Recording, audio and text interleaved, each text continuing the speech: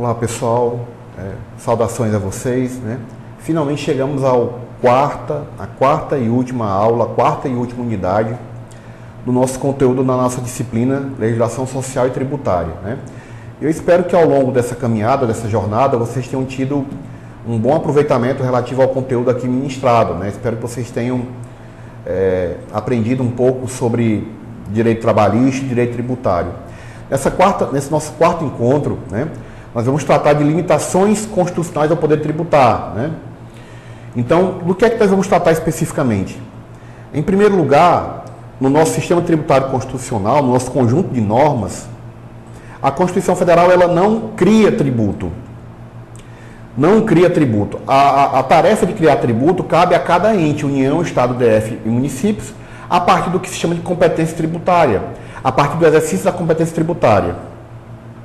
Na verdade, a Constituição Federal, em termos de matéria tributária, ela estabelece limitações ao poder tributar por meio de princípios e imunidades, ela promove a repartição de receitas tributárias e ela promove também a repartição de competências tributárias. Nós vamos nos focar aqui no nosso conteúdo e iremos tratar da repartição de competência, veremos o que é isso, veremos também as imunidades e princípios tributários, né? Veremos cada um deles. A começar pelo conceito do que é competência, né? Pelo conceito do que é competência. Então eu coloquei aqui no PowerPoint, competência é a aptidão em abstrato de criar tributos, para criar tributos em abstrato, né? Descrevendo legislativamente na sua hipótese de incidência, seu sujeito ativo, passivo, suas bases de cálculo e alíquotas. Então, quando, por exemplo, o município de Morada Nova cria o seu IPTU por lei municipal, o município está exercendo a sua competência.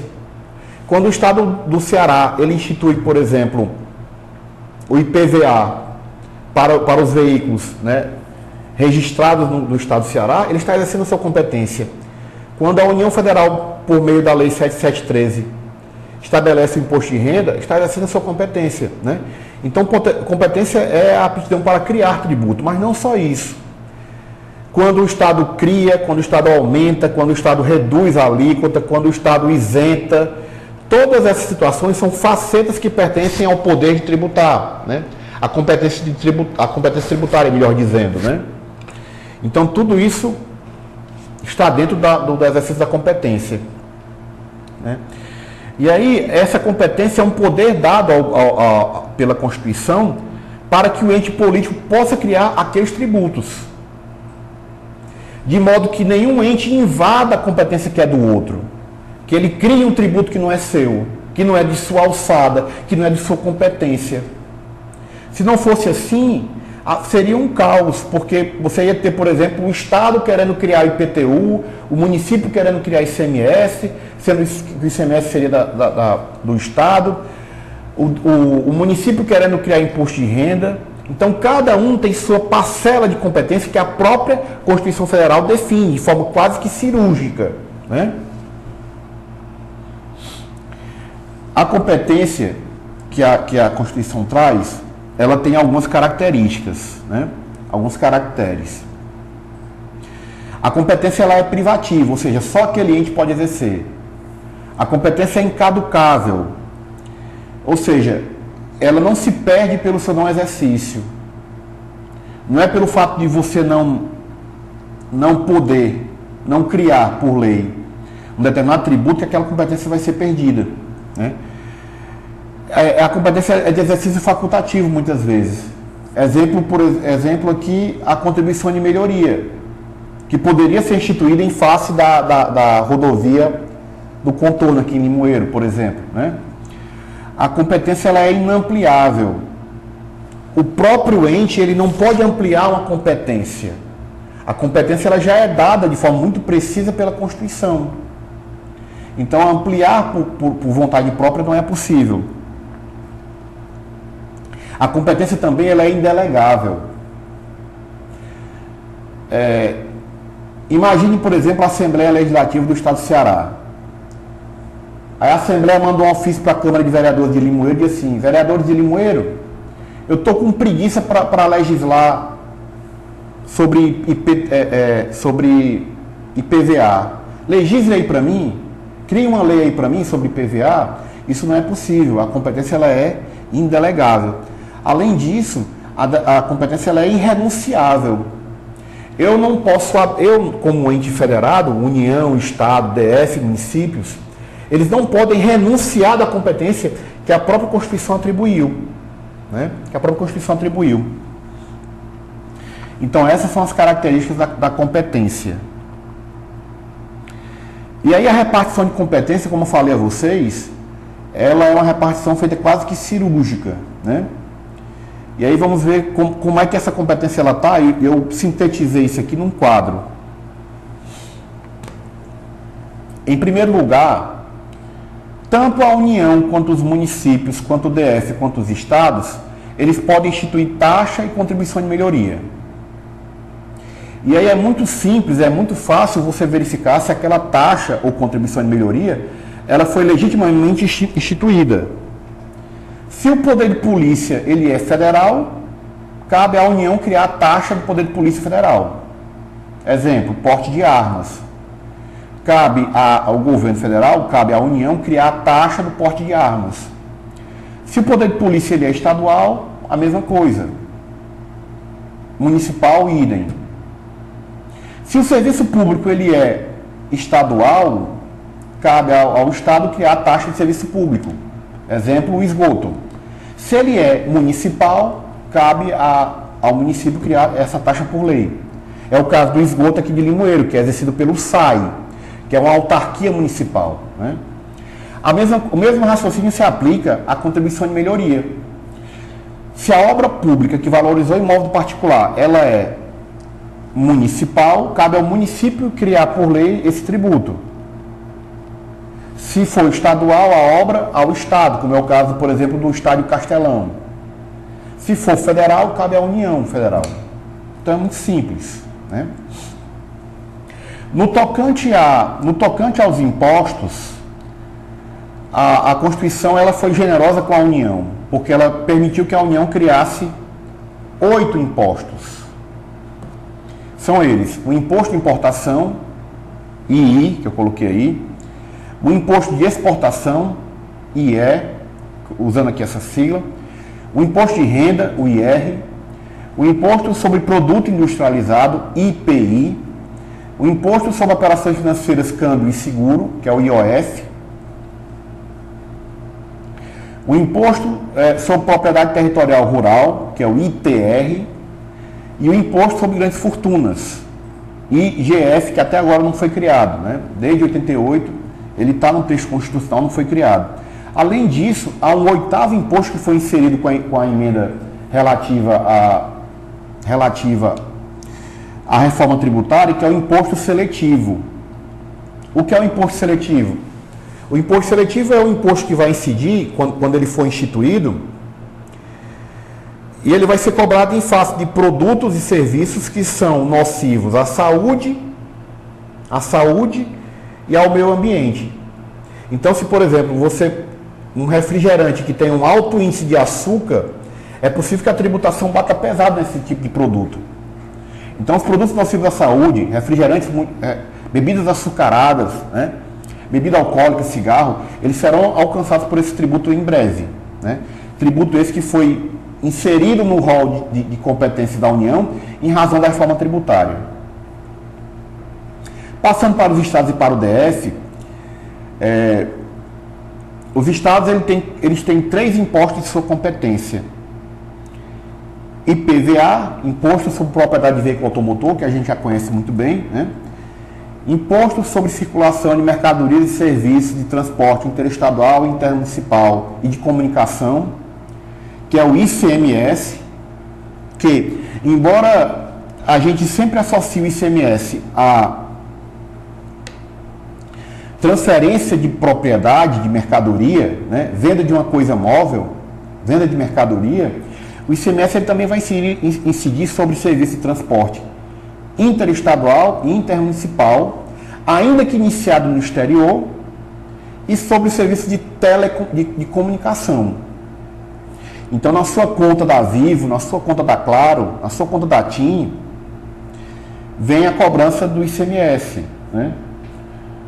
Professor, mas o meu celular é pré-pago. Não importa. No cartãozinho que você compra, no crédito que você compra para inserir no seu celular pré-pago, também vai incidir ICMS. O ICMS ele só não vai incidir naquelas operações de comunicação que são gratuitas, né?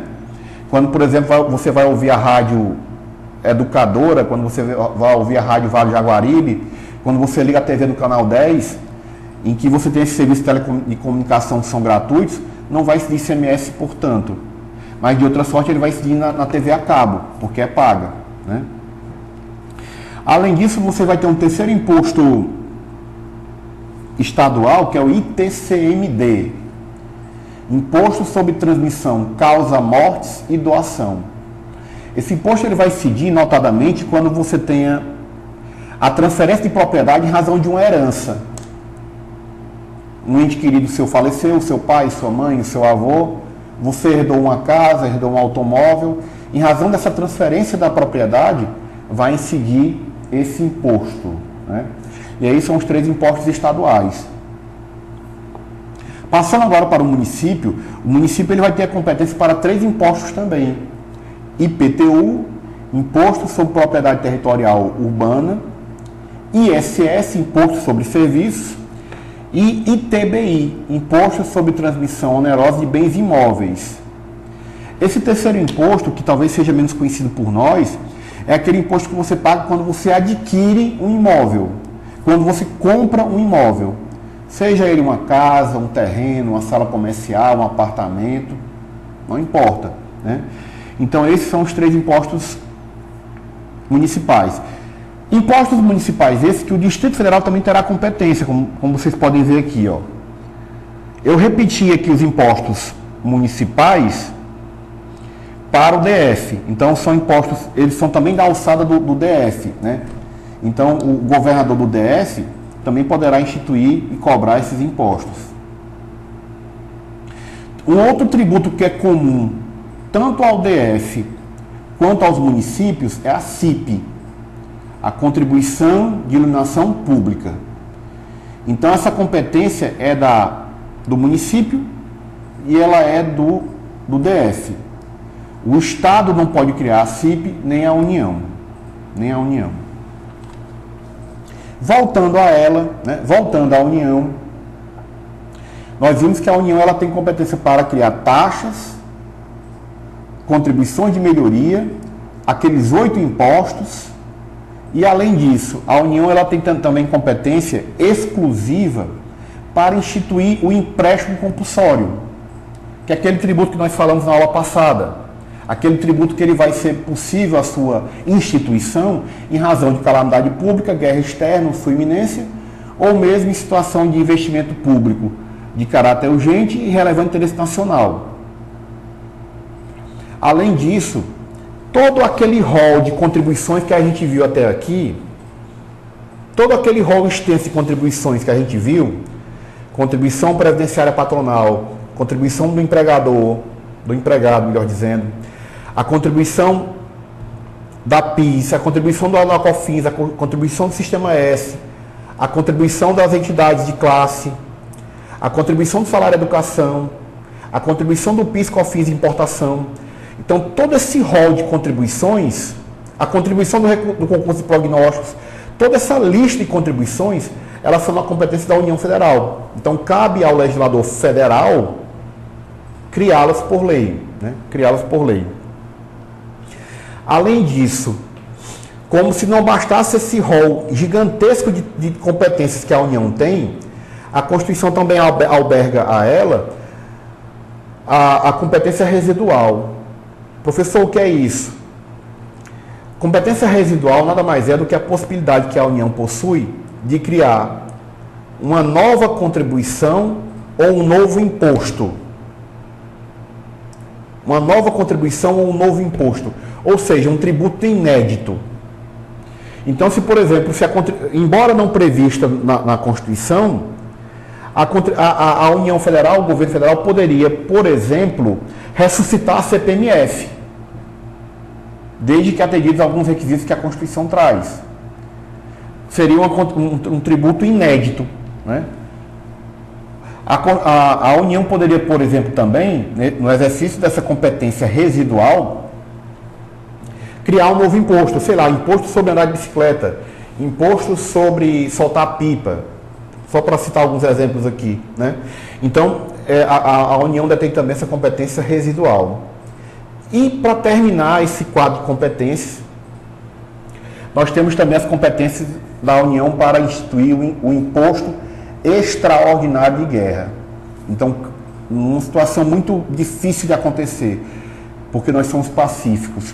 Caso o Brasil entre numa guerra, seria possível instituir esse imposto extraordinário de guerra, né? Esse imposto extraordinário de guerra. Pois bem, com esse panorama, nós encerramos o ponto sobre repartição de competências. Vamos ao próximo aspecto do direito tributário.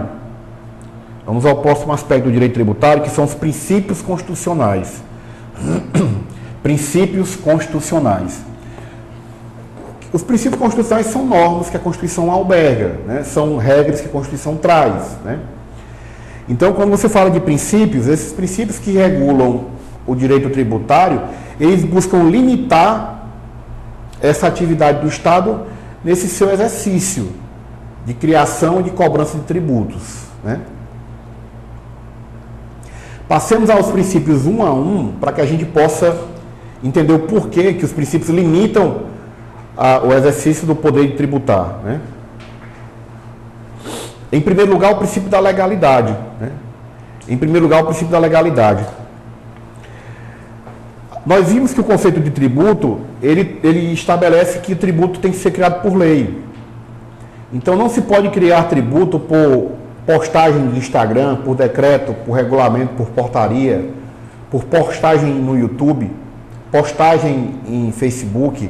Tributo se cria por lei, né? Tributo se cria por lei, por meio da atividade dos parlamentares, que são os representantes do povo, né? Então, somente a lei pode criar tributo, né?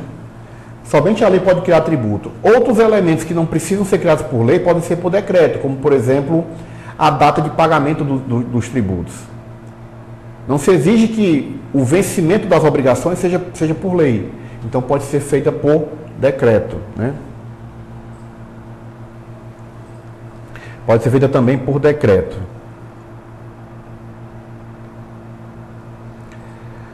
O próximo princípio, né? O próximo princípio é o princípio da anterioridade tributária, né? Da anterioridade tributária, que é o princípio também chamado de princípio da não surpresa. Princípio da não surpresa. Esse princípio ele estabelece que o contribuinte não seja surpreendido da noite para o dia com um tributo recém-criado. Com um tributo recém-criado, né? Ele é aplicável quando o legislador ele venha a criar um novo tributo ou aumentar. Se o tributo, por exemplo, ele é extinto, ou é reduzida a alíquota, a aplicação é imediata. Exemplo, em Fortaleza, recentemente o prefeito atual extinguiu a taxa do lixo.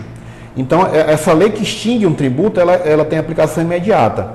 A anterioridade tributária, guardem bem isso, a anterioridade tributária é aplicável quando aumenta-se um tributo que já existe ou cria-se um novo tributo.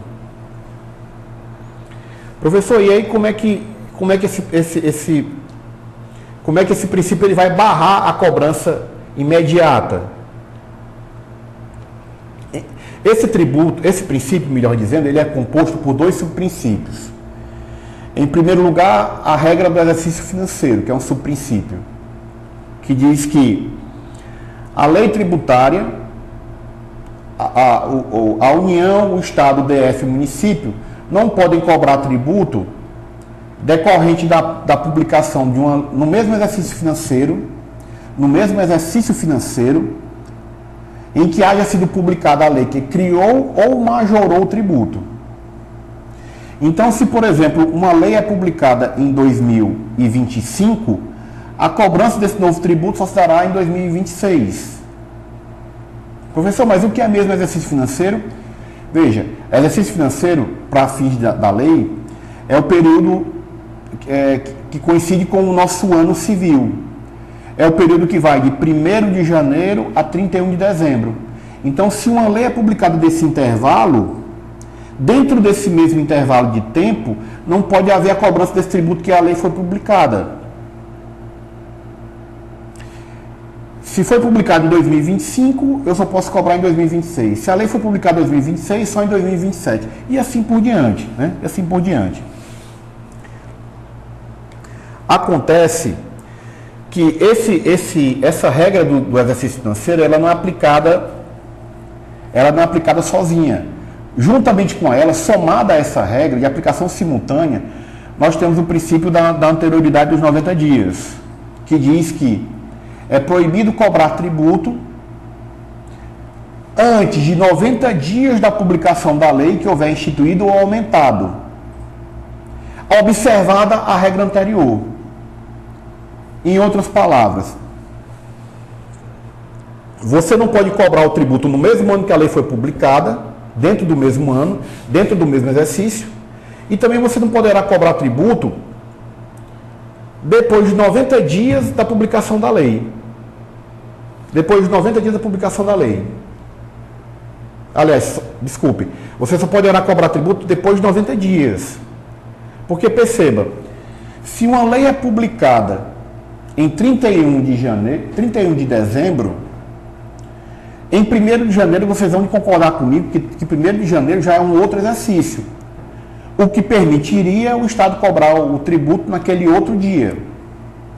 Então, a questão da aplicação das regras serem cumulativas é justamente para evitar que o legislador crie um tributo em dezembro e no outro mês já possa iniciar a cobrança. Então, eu não posso cobrar tributo antes de 90 dias, nem dentro do exercício financeiro, dentro daquele intervalo que é o ano, 1º de janeiro a 31 de dezembro. Né? E aí vejam, ó, se uma norma é publicada aqui em 10 de junho de 2010, por exemplo, eu só posso cobrar esse tributo em 1º de janeiro de 2011. De outra sorte, se uma lei é publicada aqui em novembro de 2010, criando ou aumentando um novo tributo, a cobrança já não pode se dar em 1º de janeiro, porque entre essa data e esta, não dá 90 dias. Então, a aplicação dos dois princípios ela é cumulativa. Moral da história.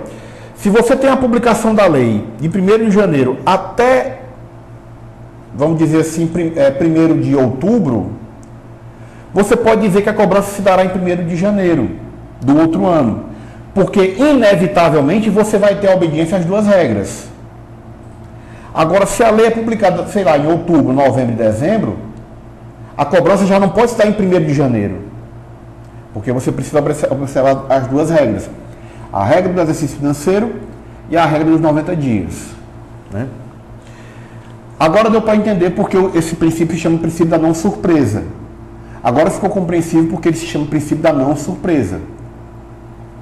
Ele evita que o contribuinte seja surpreendido com a cobrança de imediato. Né? É claro que nesse contexto nós vamos ter algumas exceções. Né? Nós vamos ter alguns tributos que respeitam nenhuma das anterioridades e eles são de exigibilidade imediata. Nós temos tributos que só respeitam os 90 dias, como é o caso do IPI, e eles podem ser cobrados no mesmo ano da majoração. Nós teremos tributos que só respeitam o exercício, que aí vai ter como consequência a majoração se dá em dezembro e a cobrança já pode ser em janeiro do outro ano. Né? E aqui a gente vai ter algumas exceções, né? Algumas exceções. Tributos de exigibilidade imediata. Importação, exportação, IOF, grandes fortunas e empréstimo compulsório. Esses 5, se for publicada hoje uma norma aumentando, já vale para hoje. Tributos que só respeitam 90 dias. o IPI, as contribuições, a CID combustíveis e ICMS combustíveis. Tributos que só respeitam exercício financeiro, imposto de renda, alteração da base de cálculo do IPTU e alteração da base de cálculo do IPVA. Professor, eu não estou vendo aqui na sua tabela o ISS. Eu não estou vendo, por exemplo, o ITCMD. Eu não estou vendo, por exemplo, o ITR. Eu não estou vendo as taxas, as contribuições de melhoria. O que não estiver, atentem para isso, o que não estiver nessa tabela de exceções, cai naquela regra geral. Ou seja, respeito às duas regras de anterioridade. As duas regras de anterioridade. Esse é um dos princípios mais importantes, o princípio da anterioridade tributária, né? Uma vez que nós já o superamos, né, vamos ao princípio da irretroatividade, né? Vamos ao princípio da irretroatividade. Pelo princípio da irretroatividade, a lei tributária ela não pode alcançar fatos no passado. Ela não pode voltar atrás, não pode atingir o que passou. A lei tributária, uma vez publicada, ela é feita para atingir o que está por vir. A lei tributária ela vai atingir os fatos geradores futuros. Então, se, por exemplo, o município de Limoeiro institui taxa do lixo, se ele instituir a taxa do lixo por uma lei municipal, o contribuinte ele não pode ser cobrado pelo lixo que ele produziu em 2024, 2023, 2022, 2021.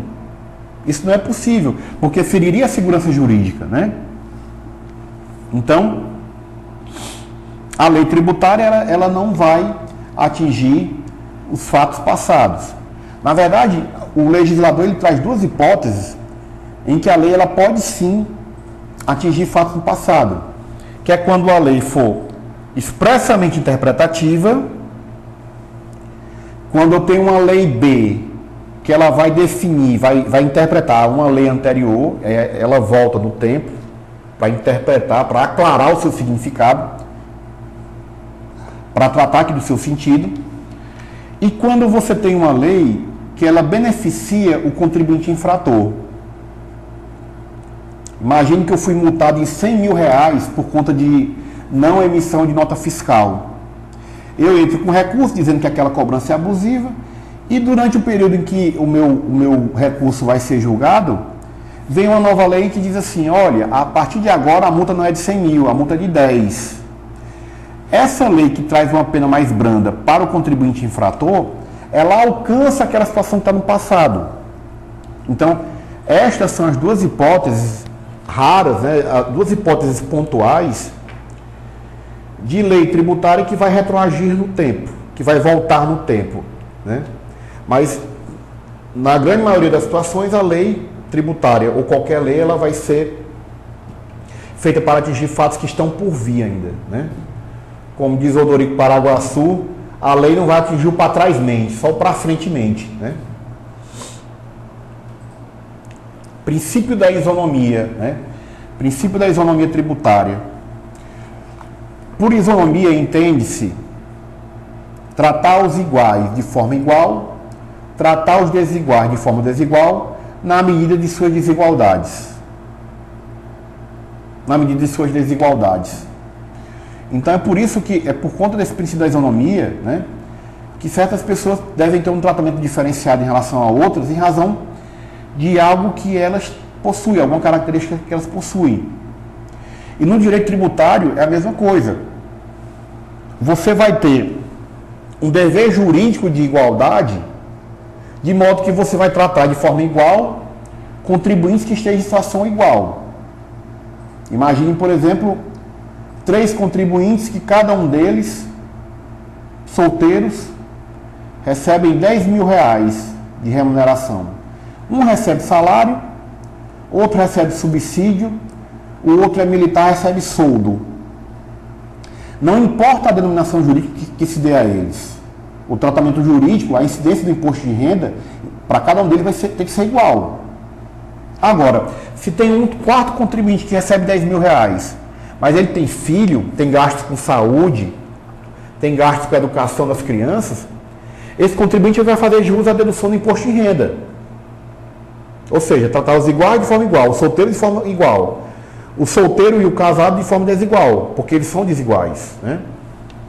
Então, é um dever do fisco dar esse tratamento diferenciado em razão da justiça fiscal, né?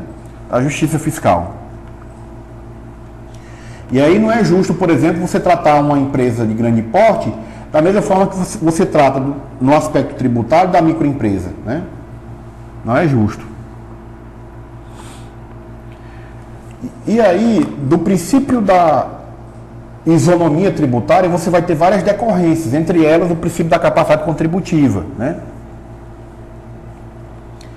O que é o princípio da capacidade contributiva? O princípio da capacidade contributiva, como vocês podem ver aqui no quadro, né, que está aqui, ele tem um condão de estabelecer a diferença tributária entre quem ganha mais e quem ganha menos, ou seja, quem pode mais paga mais, quem pode menos paga menos. Então, o princípio ele vai estar na Constituição Federal dizendo assim: sempre que possível, os impostos terão caráter pessoal e serão graduados segundo a capacidade econômica de cada contribuinte. É justamente por isso que, no caso do imposto de renda, nós temos diferentes faixas de alíquota. Na medida que o salário do contribuinte ele é maior, pode incidir em relação ao salário dele 7,5%, 15%, 22,5% ou 27,5%. Então, isso é uma forma de tentar tributar de forma mais pesada aquele cara que é milionário, aquele cara que é jogador de futebol, bem-sucedido, aquele apresentador de TV, de modo que aqueles indivíduos que têm um ganho mais modesto, eles vão incidir sobre ele uma alíquota menor, né? Ou seja, quem pode mais, paga mais, quem pode menos, paga menos, né? Essa questão de você aumentar as alíquotas na medida proporcional que você vai aumentando os ganhos, ela recebe o nome de progressividade fiscal. As alíquotas elas vão progredindo na medida que você ganha mais, né? Na medida que você ganha mais. Um outro princípio, também relativo ao princípio da isonomia tributária, é o princípio da seletividade, que é aplicado ao IPI e ao ICMS. O que é a seletividade? Por seletividade, entende-se que você vai tributar de forma mais pesada, você vai ter uma tributação mais dura em relação a produtos supérfluos. Em relação a produtos essenciais, indispensáveis à vida, você vai ter uma tributação mais leve, né? Então, deve-se tributar de forma mais leve, digamos assim. Você tem uma tributação, uma alíquota menor ou uma isenção: arroz, feijão, açúcar, farinha, carne, ovos, óleo, itens da cesta básica. No lado contrário, no lado oposto, a tributação ela vai ser mais pesada em relação a itens supérfluos, como o caso de bebida alcoólica, como é o caso, por exemplo, de perfumes importados, roupa importada, tênis importado, né? Então, esses itens eles tendem a ter uma tributação mais pesada diante da sua questão de eles não serem essenciais, né? Não serem essenciais. E aí, como geralmente quem compra, por exemplo, um relógio Rolex, quem compra, por exemplo, um taco de golfe, são pessoas de alto poder aquisitivo, a tributação tem que ser mais pesada em relação a esses itens, né? A esses produtos. Então, esta, como eu falei a vocês, é a seletividade, né? A seletividade tributária. Lembrando aqui que a seletividade tributária ela é aplicável a ICMS e ao IPI, né, que são os tributos que incidem sobre o consumo. Avançando, né, vamos ao próximo princípio, que é o princípio do não confisco. Do não confisco. Ou seja, você não pode... o poder público ele não pode criar tributo que ele seja tão pesado, que para o contribuinte aquilo ali represente um verdadeiro confisco. Um verdadeiro confisco. Por exemplo, eu não posso ter imagine, por exemplo, que eu vou pagar o IPVA do meu veículo, e quando eu vou pagar o IPVA, dando aqui um exemplo bem exagerado, o veículo custa 50 mil reais, por exemplo, e o IPVA é 100 mil reais. Ou então o IPVA empata com o valor do produto, do bem, da coisa. Isso seria uma medida confiscatória, né? Então, o princípio da vedação no confisco busca, de algum modo, frear a ganância, frear a fome que o fisco tem em arrecadar tributo. E aí, quando se fala de vedação ao confisco, é preciso que você verifique a carga tributária global para verificar se aquela tributação nos ombros daquele contribuinte está se dando de forma confiscatória ou não, né? A gente sabe que boa parte dos meses do ano a gente trabalha para pagar tributo, né? Trabalha para pagar tributo. Então, até que ponto esse princípio tem sido respeitado, né? Até que ponto tem sido respeitado? Então, ele fica muito entreaberto, é muito solto aqui a concepção de tributo com natureza confiscatória, infelizmente, né? Princípio da liberdade de tráfego. Princípio da liberdade de tráfego. A nossa Constituição, ela nos dá diversos direitos, diversas liberdades. Entre elas a liberdade de ir e vir. Entre elas a liberdade de ir e vir. Essa liberdade de ir e vir, ela não pode sofrer uma limitação, uma redução, uma restrição por meio do uso de um tributo. Então, por exemplo, se eu saio daqui de Limoeiro e vou para Mossoró, não é possível ao poder público cobrar um tributo em que o seu fato gerador seja o meu mero deslocamento até a cidade lá, a cidade de Potiguar, né? Então, não é possível cobrar tributo, né, para dificultar a locomoção das pessoas e dos bens, né? Ressalvada a hipótese de pedágio, né, para quem acha que pedágio é tributo, né? Princípio da uniformidade geográfica. Aqui um outro princípio também importante, né, que ele é aplicado à União, né? O que é que ele diz aqui? Pelo princípio da uniformidade geográfica, a União, ela deve estabelecer em todo o território federal alíquotas uniformes. Alíquotas uniformes.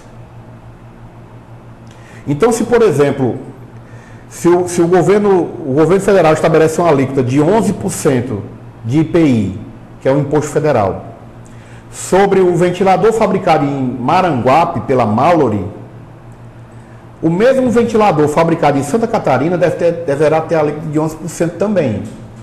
Então, os tributos federais, eles têm que ter um tratamento, deve dar um tratamento em todo o país de forma uniforme. A telha que é fabricada em Russas, ela tem que ter a mesma alíquota de imposto federal que é fabricada em Mossoró, por exemplo, né? Então, esse é o princípio da uniformidade geográfica. Esse princípio, ele admite, em alguns casos, um tratamento distinto, né? Um tratamento distinto em razão de alguns casos em que o Estado visa fomentar o desenvolvimento, como é o caso, por exemplo, de Zona Franca de Manaus, né? É o caso de você ter um tratamento diferenciado em relação àquela região de Manaus para fomentar o desenvolvimento da região norte do país, por exemplo, né? Mas fora desses casos, o tributo federal deve ser igual em todo o país.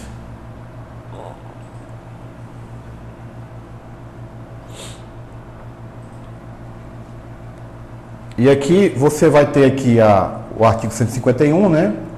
Que é o que eu falei agora há pouco, né? Artigo 151, inciso 1º da Constituição.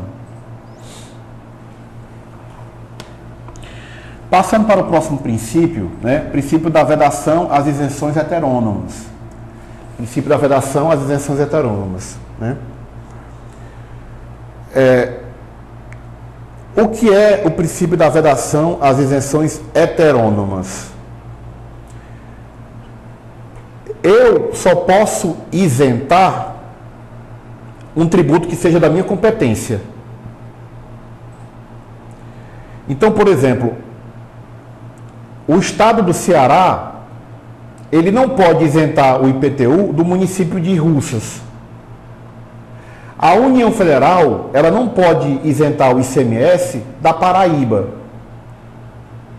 Então, isenção heterônoma, o que é? É quando você promove a isenção de um tributo que não é de sua competência, que é um tributo de um ente diferente daquela sua alçada. Por isso o nome heterônomas. Hétero quer dizer diferente.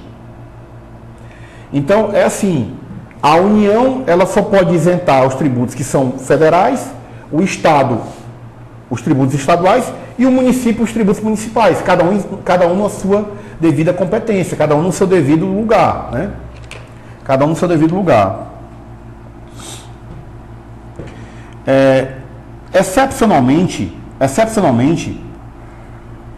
você vai ter algumas hipóteses em que é possível romper essa regra, que é o caso da União, que ela pode isentar o ICMS sobre produtos destinados ao exterior, né? Lembrando que o ICMS é estadual e a União poderia isentar esse tributo de produtos destinados ao exterior. Eu lembro muito bem que durante muito tempo o Brasil exportou muito veículo automóvel para Israel, para a Arábia, para o Irã, o Iraque, né? O Volkswagen Passat fez muito sucesso por lá, né? Recentemente o Chevrolet Classic, aquele sedã da Chevrolet, também fez muito sucesso por lá. Então a União ela poderia isentar esses automóveis de ICMS. Além disso, né, ela poderia também isentar outros tributos por meio de tratado internacional, né? Tratado internacional. O próximo princípio, aí a gente já se encaminha para o fim do rol de princípios, né? É o princípio da não diferenciação tributária. Não diferenciação tributária. Esse princípio ele é aplicado aos estados, ao DF e aos municípios, em que por esse princípio você não pode diferenciar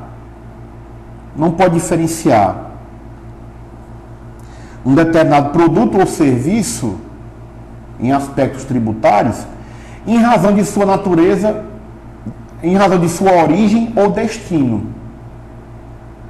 Em razão da sua origem ou destino. Exemplo, vamos imaginar que eu contratei duas empresas para montar palcos aqui em Limoeiro. Duas empresas. Uma empresa de Morada Nova, outra empresa de Russas. Essas empresas, quando vão montar o palco, elas vão pagar o ISS, Imposto sobre Serviço.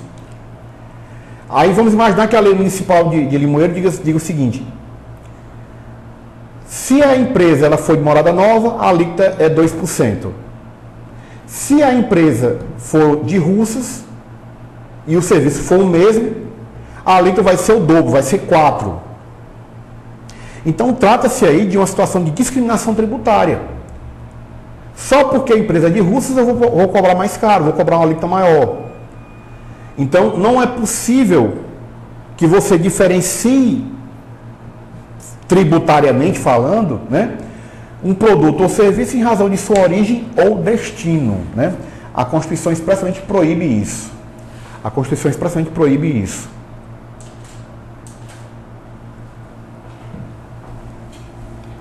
Além disso, alguns princípios tributários foram inseridos pela reforma constitucional, né? A emenda 132 de 2023, né? Que é o princípio da simplicidade, né? Que o sistema tributário deve ser simplificado de forma mais compreensível possível ao contribuinte, né? Deve se simplificar o texto tributário. Princípio da transparência, né? Em que a carga tributária deve ser exposta, deve ser aclarada, deve ser tornada mais acessível a transparência em relação ao contribuinte. Princípio da justiça tributária, que a gente já falou aqui, né? E aí o legislador aqui, ele meio que reforçou esse princípio, né? Então, é uma coisa que sempre é perseguida pelo nosso sistema tributário, a questão da justiça fiscal, né? Da igualdade, da isonomia tributária. Princípio da cooperação, né? que eu coloquei aqui. Relacionar o tributo que está sendo pago com as contrapartidas e os direitos que a sociedade deve receber em troca, né? Então, se eu pago tributo, eu devo ter saúde, educação, lazer de qualidade, já que eu pago muito tributo, né? Princípio da defesa do meio ambiente, também é uma preocupação presente na emenda. Lembrem do imposto seletivo, né? O imposto que vai tributar tudo aquilo que for nocivo à saúde e ao meio ambiente, né? É uma preocupação presente também na nossa emenda, né? Nossa emenda. Pois bem, uma vez que nós já falamos sobre repartição de competência, falamos agora de princípios tributários, nós vamos ver agora as imunidades tributárias. Imunidades tributárias, que é o nosso último ponto, né? Então, o que é que seria a imunidade tributária? A imunidade tributária nada mais é do que a proibição que está no texto constitucional de que os tributos, quando são criados, eles alcancem algumas pessoas ou bens. Então, assim, você vai ter, por exemplo, o imposto de renda, que é um tributo de competência da União, como nós já vimos. Ele incide sobre a renda. Mas a União, ela não pode, quando exercer a sua competência, alcançar os templos de qualquer culto, as entidades religiosas, porque elas são expressamente imunizadas pela Constituição, né? Então, acaba que você não tendo a possibilidade da norma incidir sobre aquela pessoa ou sobre uma coisa, né? Sobre uma coisa, né? Então, quando você fala de imunidade constitucional, você vai ter uma norma fora da incidência tributária. Você vai retirar parcela da competência e dizer, olha, nessas situações que eu imunizei, a lei tributária não vai incidir, ela não vai alcançar. É diferente, por exemplo, da isenção tributária, que na isenção tributária você vai ter uma dispensa não constitucional, mas uma dispensa legal da cobrança. Professor, mas em termos práticos, a imunidade tributária e a isenção geram o mesmo efeito? Geram. Na prática, o efeito prático que ambas vão causar é justamente a não cobrança do tributo. Agora, a diferença é que na imunidade, você vai ter uma exclusão da competência. O legislador, mesmo que se quisesse, ele não poderia alcançar aquela situação por meio de sua lei. Já na norma isentiva, a lei, e não a Constituição, ela vai impedir que a cobrança ocorra, embora aquela situação ela seja alcançada. Exemplo. Professor, eu tenho um veículo automotor, eu comprei um automóvel. Pois bem, você comprou um automóvel, então você vai pagar IPVA. Ah, não, professor, mas eu sou taxista é isento. Veja, a propriedade de veículo automotor está dentro da incidência. A propriedade de veículo automotor é uma situação que condiz com o fato gerador de IPVA. Mas a lei expressamente diz, olha, embora a propriedade de veículo automotor ela seja alcançada, ela seja fato gerador do imposto, quem for taxista vai ser isento, né? Então, vai haver aqui o que se chama de dispensa legal da cobrança do tributo, né? A dispensa legal da cobrança do tributo, no caso do que eu estou falando, da isenção, né? No caso aqui, da isenção. E aqui no PowerPoint, para a gente ganhar tempo, no PowerPoint eu coloco alguns aspectos da isenção, né?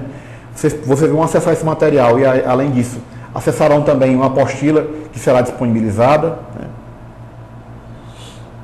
E aqui meio que eu faço um pouco sobre imunidade, incidência, não incidência, né? A imunidade ela está fora da incidência, né? É o legislador impedindo que ela ocorra. Já a isenção é a dispensa do pagamento do tributo, ou seja, aquela situação é alcançada pela lei, mas o legislador dispensa a cobrança.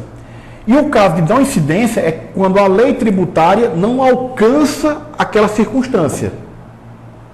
Por exemplo, bicicleta paga IPVA? É claro que não. Bicicleta não paga IPVA. Porque a bicicleta está fora da incidência. Bicicleta não é veículo automotor. Vai pagar IPVA o proprietário de veículo automotor, que está dentro do campo da incidência. Eu estou usando o IPVA como exemplo, um mero exemplo, mas isso pode ser aplicado a qualquer outro tributo. E dentro da incidência, você vai ter uma fatia que vai dizer, olha, eu vou dispensar legalmente o tributo do taxista, do paraplégico, da pessoa que tem uma deficiência.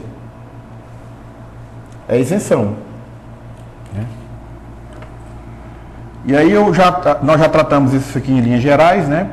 Só para findar aqui nosso conceito, o melhor conceito de isenção é que a isenção é a dispensa legal do pagamento do tributo devido, né?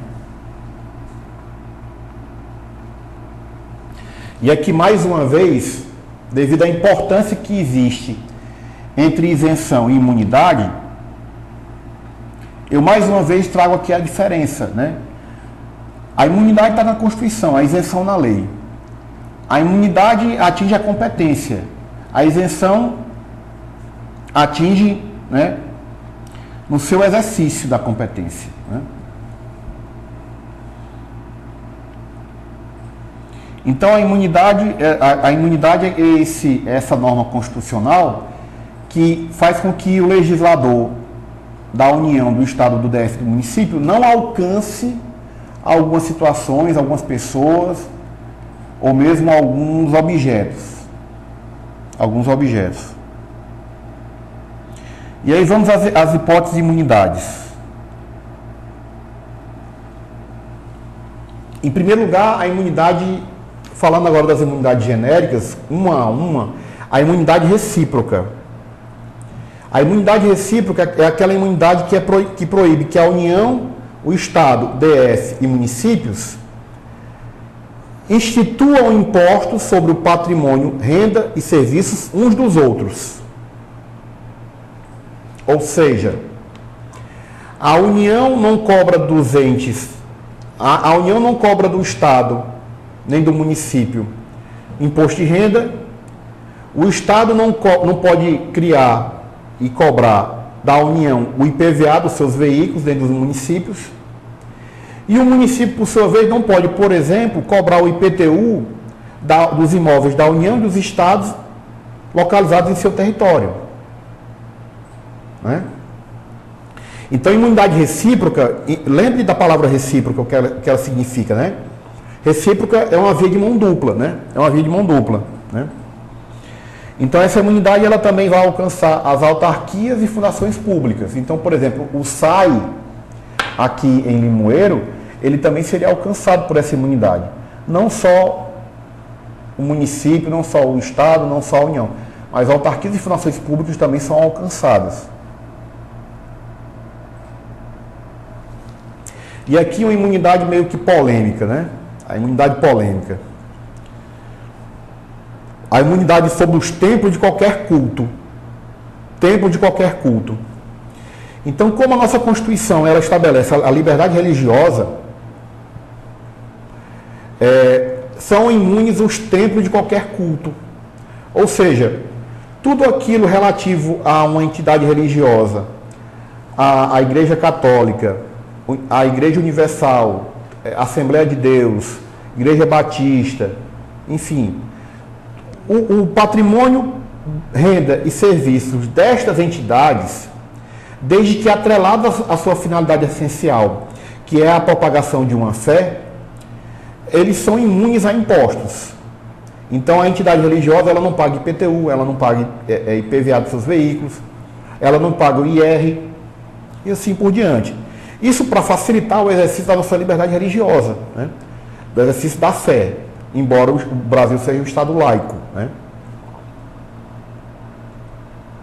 Ah, professor, o Brasil é um país católico? Não, não é. Você tem a liberdade de ser crente, de crer em um Deus, de ser agnóstico ou de ser ateu. Não existe uma religião oficial. Há ainda uma terceira imunidade genérica, que é a imunidade dos partidos políticos. E aí os partidos políticos, eles também são imunes, né? PT, PL, PSDB, sei lá, PV, é tanto partido agora, democrata, enfim, os partidos políticos eles são imunes, né?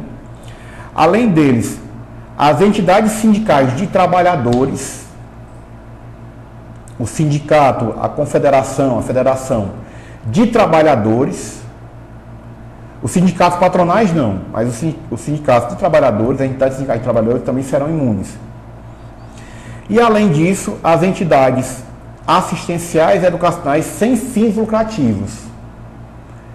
E aqui você vai entrar naquelas entidades, naquelas ONGs, que prestam um papel relevante para a sociedade, que não tem fins lucrativos.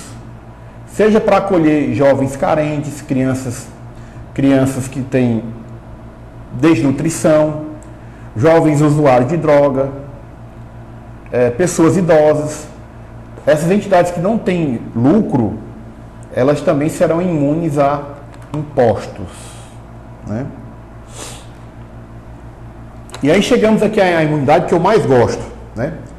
A imunidade genérica sobre livros, jornais, periódicos, ou seja, revistas, e o papel destinado à sua impressão. Embora esses bens sejam imunes, ainda assim no Brasil o livro é caro, né?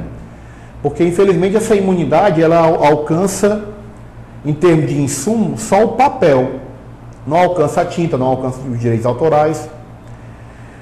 E recentemente o Supremo Tribunal Federal decidiu que esta imunidade também alcança livros, jornais, periódicos digitais que você lê por meio de um aparelho, né? O Kindle, e livros, jornais, periódicos, audiobooks, que você ouve, né? Porque você usa a palavra livro aí como instrumento para a propagação da cultura. E aí por isso que eles seriam imunes também, né? Uma vez que nós já falamos das imunidades genéricas, tratemos agora das imunidades específicas, né? Então, algumas situações que a Constituição estabelece como imunidade, né, específicas, elas são trabalhadas no seu texto constitucional.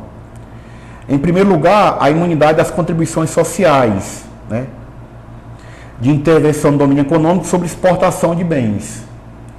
Então, não incide a contribuição de intervenção no domínio econômico, a CID, sobre produtos destinados ao exterior. Então, isso aqui é uma regra específica da específica. CID sobre mercadorias exportadas, né? Isso é uma forma de estimular a exportação para que a balança econômica do Brasil fique com um superávit, né? Imunidade das contribuições, aqui nós já falamos, né? Da CID. Imunidade do IPI. A mesma coisa, o IPI também traz uma regra de imunidade de produtos destinados ao exterior, pelo mesmo motivo já falado anteriormente.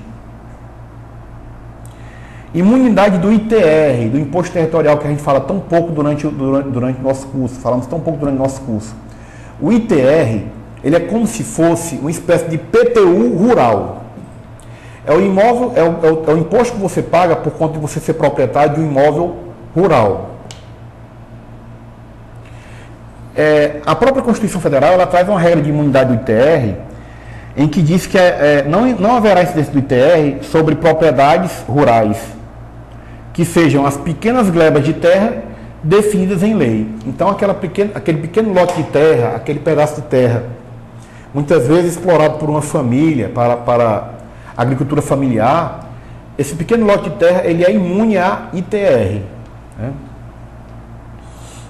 E aí a própria lei ela vai estabelecer o número de hectares que você tem no material aí, quando é que você tem quando é que você considera esse terreno uma pequena gleba rural, por consequência, imune a ITR, né? No nosso caso aqui, né?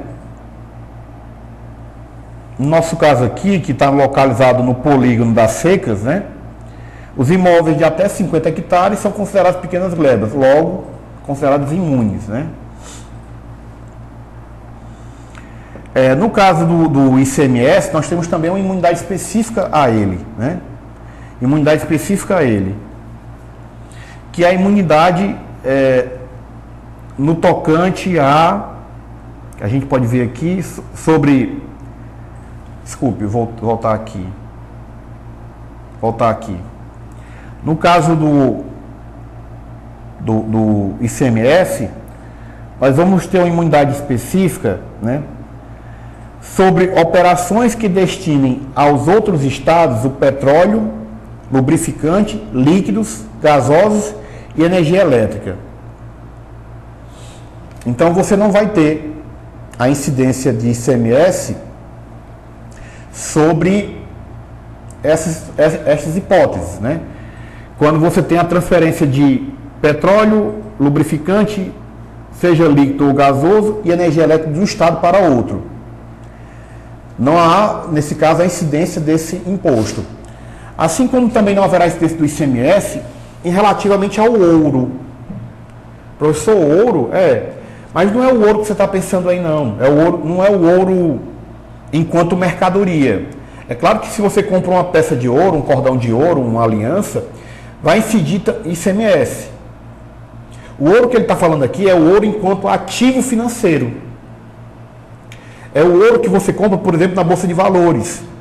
Você compra um título, paga lá um valor, e aí você ganha um papel que representa aquelas gramas de ouro, que não existe fisicamente, né? Então, o ouro enquanto ativo financeiro não vai incidir ICMS, ele vai incidir IOF, né? E aí ele termina aqui dizendo sobre o ICMS, também vai ser imune de ICMS as operações de comunicação nas modalidades de radiodifusão sonora e de sons e imagens de recepção livre e gratuita. Foi o que eu falei há algum tempo atrás, né? Quando você tiver uma operação de radiodifusão sonora ou de som e imagem que for gratuita, não há a incidência do ICMS. É quando você liga, por exemplo, na rádio rural de Mossoró, às vezes eu escuto na rádio rural de Mossoró no horário de 4 horas, programa de cantoria, por exemplo, e sobre aquele serviço não incide ICMS, porque aquela radiodifusão ela é gratuita. Assim como na TV aberta também não vai incidir, porque aquela radiodifusão vai ser gratuita, né? Mas assim, o legislador ele fez questão de enfatizar isso quando trouxe aqui num texto constitucional a hipótese de imunidade, né? Avançando, também não vai haver a incidência também vai haver imunidade, aí vai ser imunidade específica, relativamente ao ITBI, né? Quando a transferência que você realizar de um imóvel for para realização de capital de empresa, for para você pagar cotas de uma empresa. Vamos imaginar que eu e você, que a gente está aqui nesse vídeo aqui, eu e você vamos ser sócios de uma pizzaria. A gente resolve colocar um negócio, vamos colocar uma pizzaria aqui em Limoeiro. Aí você vai entrar com capital, você vai entrar com dinheiro, eu não tenho dinheiro. Mas eu tenho um imóvel no centro de Limoeiro que poderia funcionar uma pizzaria. Aí o que eu faço? Eu transfiro a propriedade desse imóvel para a pessoa jurídica. Eu vou pagar as minhas cotas da empresa por meio da transferência da propriedade desse imóvel para a pessoa jurídica. A propriedade do imóvel deixa de ser do professor Cláudio e passa a ser da pizzaria, da PJ. Nesse caso, não haverá incidência do ITBI, né? Não haverá incidência do ITBI. E por fim, né, eu acho que é a última hipótese, salvo engano, e por fim, não haverá incidência de contribuição social destinada ao custeio da Seguridade Social sobre receita e de instituições beneficentes da assistência social. Não haverá incidência de contribuições sociais, aquelas contribuições que a gente já viu, né? Para o custeio da Seguridade Social sobre as receitas das instituições beneficentes de assistência social. Então, aquelas ONGs que prestam assistência social, como por exemplo a APAI, a Associação dos Pais e Amigos dos Excepcionais, né? Alguma entidade ligada às crianças autistas. A própria Constituição imuniza as contribuições incidentes sobre a receita destas entidades. Perceba, estas entidades assistenciais, elas podem ter receita, o que elas não podem ter é lucro. Até porque, se não fossem as receitas, seja por doação, seja por brechó, que às vezes aquela entidade mantém, seja muitas vezes por venda de mercadorias apreendidas pela Receita, e aí eles fazem um bazar, essas entidades elas não se manteriam. Então elas precisam ter receita. E sobre essas receitas não vai incidir as contribuições sociais, né? Mesmo que o texto constitucional ele use isenta, o termo isenta, não se trata de isenção. Trata-se, portanto, de imunidade tributária. Por que é imunidade tributária? Porque está no texto constitucional. Sempre que você se deparar com uma situação em que dispensa a cobrança do tributo, trata-se de imunidade, né? Trata-se de imunidade. Bom, pessoal, e aí chegamos ao fim do nosso curso. Eu espero que tenha sido proveitoso para todo mundo. Espero que vocês possam aproveitar, se dedicar, né? É claro que do que a gente viu aqui tem muito a ser aprofundado, né? Espero que vocês se aprofundem nos temas que a gente tratou até então. E aqui vai uma última pergunta para o nosso vídeo, né? Como é costumeiro aqui, eu sempre coloco ao final de cada vídeo uma pergunta, né? E aí vamos a ela. A reforma tributária, à luz do que já foi aprovado no Congresso, tanto a emenda como a lei do IBS e da CBS, vai alterar algum aspecto referente às imunidades tributárias?